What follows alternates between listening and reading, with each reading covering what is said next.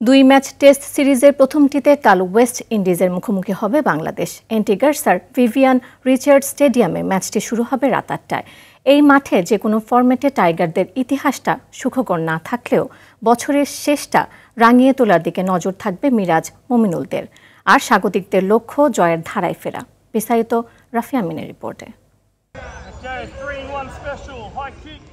সাদা পোশাকে বছর জুড়ে ওয়েস্ট ইন্ডিজ আর বাংলাদেশের অবস্থান ছিল একই মেরুতে, যেখানে ব্যর্থতার বৃত্তে আবদ্ধ ছিল বারথওয়েট মিরাজরা। দুটো দলই সবশেষ হেরেছে দক্ষিণ আফ্রিকার বিপক্ষে। টাইগারদের শুরুটা ছিল ঘরের মাঠে শ্রীলঙ্কার কাছে হোয়াইট ওয়াশ দিয়ে, মাঝে পাকিস্তান সফরটা ছিল ভিন্ন। এরপর ভারত ও প্রোটিয়াদের কাছে যাচ্ছেতাইভাবে পরাজয়। এমন পরিসংখ্যান নিয়ে শুক্রবার ক্যারিবিয়ানদের বিপক্ষে খেলতে নামবে লিটন তাসকিনরা, যেখানে অতীতটাও সুখকর নয় টাইগারদের। সবশেষ ৩ সফরেই হোয়াইট ওয়াশের লজ্জায় পড়েছে।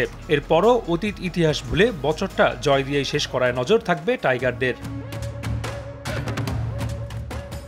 এদিকে ওয়েস্ট ইন্ডিজ বছরটা অস্ট্রেলিয়ার মাঠে জয় দিয়ে শুরু করলেও পরবর্তী ৫ টেস্টের ৪টিতে হেরেছে, বাকি একটি ড্র। ফলে টাইগারদের বিপক্ষে অতীতকে পুঁজি করেই ঘুরে দাঁড়াতে মাঠে নামবে সামার জোসেফ, কেমার রোচরা।